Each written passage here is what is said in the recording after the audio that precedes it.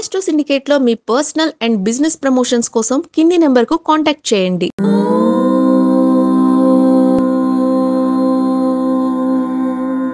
ఓం శ్రీ గురుభ్యో నమః. హరి ఓం. అగజానన పద్మార్కం గజానన మహర్నిశం అనేకదంతం భక్తానాం ఏకదంతముపాస్మహే. అందరికీ నమస్కారం. భూ సంబంధమైనటువంటి లావాదేవీలలో కొంతమంది వ్యక్తులు మన దగ్గరికి వచ్చినప్పుడు ఎవరొక జ్యోతిష్కుడో ఎవరొక ఆయన చూసి తండ్రి గారు ఒక అపార్ట్మెంట్ కట్టారట. అపార్ట్మెంట్ కట్టి కొడుక్కి కూతురికి 2 ఫ్లాట్ ఇచ్చేసి రిజిస్టర్ చేయమన్నారట. మిగతా వాళ్ళ దగ్గర పెట్టుకుని తదనంతరం మీకు ఇస్తా అని చెప్పారట. అది బాగుంది. అది ఇతను ఏమనుకుంటున్నాడంటే అది అమ్మేసి లేదా లోన్ తీసుకొని నేను వేరే వ్యాపారం ఏమైనా చేయొచ్చా అని అడుగుతున్నారు. దానివల్ల ప్రయోజనం ఉంటుందండి, అది మార్టిగేజ్ లోన్ పెట్టి చేసుకోవచ్చు అని చెప్తున్నాం మనం. అంతకుముందు ఆయన ఇంకొక జ్యోతిష్కుడి దగ్గర వెళ్తే ఆ జ్యోతిష్కుడు ఉండి మీరున్నటువంటి ఇల్లు మీకు తగదు, అది అమ్మేయాలి, అది మీకు సరిపోయేది కాదు అని చెప్పారట. అంటే నేను స్వయంగా మనం ఇల్లు కొనుక్కుంటున్నప్పుడు, అంటే మీ పేరు మీద ఇల్లు కొంటున్నప్పుడు మీ యొక్క నామ నక్షత్ర ప్రధానంగా జన్మజాతక ప్రకారంగా చతుర్థాధిపతి ఎక్కడ అలా చూసి మీరు దిక్కుల్ని, అంటే ఏ దిక్కు మంచిది, 4 దిక్కులలో ఒక దిక్కు మనకి సుటబుల్గా ఉంటుంది. ఆ సుటబుల్గా ఉన్నటువంటి దిక్కుగా ఉన్నటువంటి ఇల్లు తీసుకోవాలి. అది మనకి వాస్తు పండితుల యొక్క పర్యవేక్షణలో చెప్పగలుగుతాము, లేదా నామ ప్రధానంగా మీరు చూసుకోవచ్చును. కొంతమందికి తూర్పు, కొంతమందికి పడమర, కొంతమందికి ఉత్తరము, కొంతమందికి దక్షిణము సరిపోతుంది. ఆ నామ నక్షత్ర ప్రకారంగా ఆ నుంచి ఆహ వరకు, కా నుంచి మరి హర్ష, అంటే ఈ 8 రకాల వర్గుల్ని బట్టి మనము ఎవరెవరికి ఏ సింహద్వారం మంచిదో చెప్పబడుతుంది. ఇది ఒక పద్ధతి ఉంది. తండ్రి గారు కానుకగా ఇచ్చినటువంటి ఇంటిని ఆ ఇల్లు నీకు సెట్ అవ్వదు, ఆ ఇంట్లో ఉంటే దరిద్రం వస్తుంది, కాబట్టి ఆ ఇల్లు అమ్మేసేయాల్సిందే, నువ్వు వేరేది కొనుక్కోవాల్సిందే అని చెప్పడం అనేది అసమంజసము.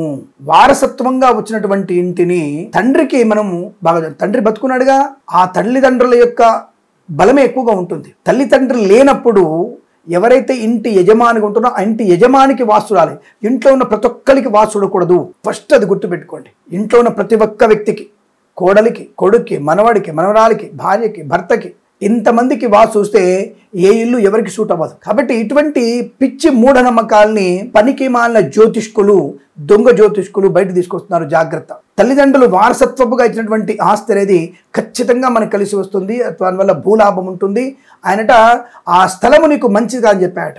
ఆ స్థలం ఈయన పేరు మీద లేదురా నాయన, ఈయన పేరు మీద ఉన్న స్థలమే యజమానికి మాత్రమే ఆ స్థలం చూడాలి. యజమాని పేరు మీద ఏ స్థలం ఉంటే అది మాత్రమే అవుతుంది. అలాగే వారసత్వంగా కానుకగా ఇచ్చినటువంటి తండ్రి ఆశీర్వచన బలంతో, తల్లిదండ్రుల ఆశీర్వచన బలంతో ఏ గృహం అయితే ఇస్తాడో ఆ గృహం తప్పకుండా కలిసి వస్తుంది. అలా కలిసి రాకపోతే వీడు ఎంత ఎదుగుతాడు, ఎలా ఎదిగాడు, ఎలా ఉద్యోగం చేస్తున్నాడు, ఎలా అనుభవిస్తున్నాడు, ఎలా ఆనందంగా ఉన్నాడు, ఎలా పెళ్ళైంది, ఎలా పిల్లల్ని కన్నాడు, ఆ తండ్రి ఆస్తిలో ఆ ఇంట్లోనే ఉంటూ కాపురం చేశారు కదా వాళ్ళు. మరి అటువంటిది ఆ ఇల్లు నీకు సెట్ అవ్వదు, ఆ స్థలం వల్ల నీకు ప్రమాదం, ఆ స్థలం అమ్మేయాలి, ఆ స్థలం వీడిదా, వీళ్ళ నాన్నది, ఆ స్థలం అమ్మాలని ఎలా సాధ్యమవుతుంది? కాబట్టి కొద్దిగా ఆలోచన చేయండి. మూఢనమ్మకం అంటే ఇవే. ఇటువంటి మూఢనమ్మకాలు పనికిరాదు. కాబట్టి తల్లిదండ్రుల నుంచి వచ్చినటువంటి వారసత్వపుగా వచ్చినటువంటి ప్రసాదము, అటువంటి ఆస్తులు మనకి తప్పకుండా శుభయోగాన్ని కలిగిస్తాయి, ఎట్టి పెద్ద నష్టాన్ని కలిగించవు. సరే, మీ జన్మజాతకంలో దక్షిణ దిక్కుల్లో వచ్చింది, దక్షిణ మీకు పడదు, ఉత్తర సింహద్వారంగా మార్చుకోండి, లేదా ఇంకోటన్నా మార్చుకోవచ్చు తప్ప ఏదన్నా ఉపహారాలు చేసుకొని, అంటే దాని దగ్గరగా పరిహారాలు చేసుకొని మనం అందులో నివసించే ప్రయత్నం చేయాలి తప్ప, పాజిటివ్ ఎనర్జీని పెంచుకునే ప్రయత్నం చేయాలి తప్ప, తల్లిదండ్రులు ఇచ్చినటువంటి ఆస్తి మనకు పనికిరాదు అంటే అది అమ్మిన తర్వాత వచ్చే డబ్బు కూడా వాళ్ళదే. కానీ ఇటువంటి మూఢనమ్మకాలని బయటికి తీసుకొచ్చేసి అందరి మీద రుద్దే ప్రయత్నం చేయకండి.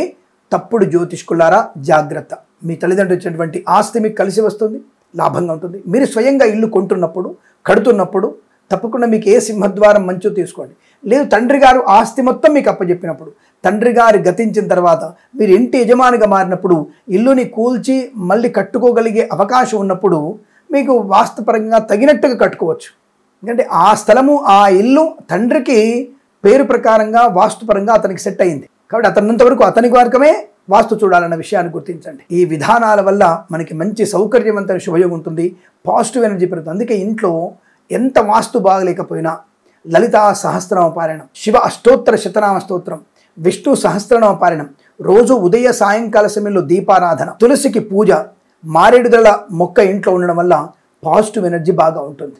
కాబట్టి మీరు ఇటువంటివి ఏర్పాటు చేసుకొని అనుకూలవంతమైన వాస్తు అనుకూలతని, ఆనందాన్ని, ఐశ్వర్యాన్ని పొందుకొని తల్లిదండ్రులైనటువంటి వారసత్వపు సంపదని కాపాడుకుంటూ ఆనందమయ శుభజీవనం పొందాలని కోరుకుంటూ సర్వేజన సుఖినో భవంతు. ప్రేమతో మీ కిరణ్ శర్మ.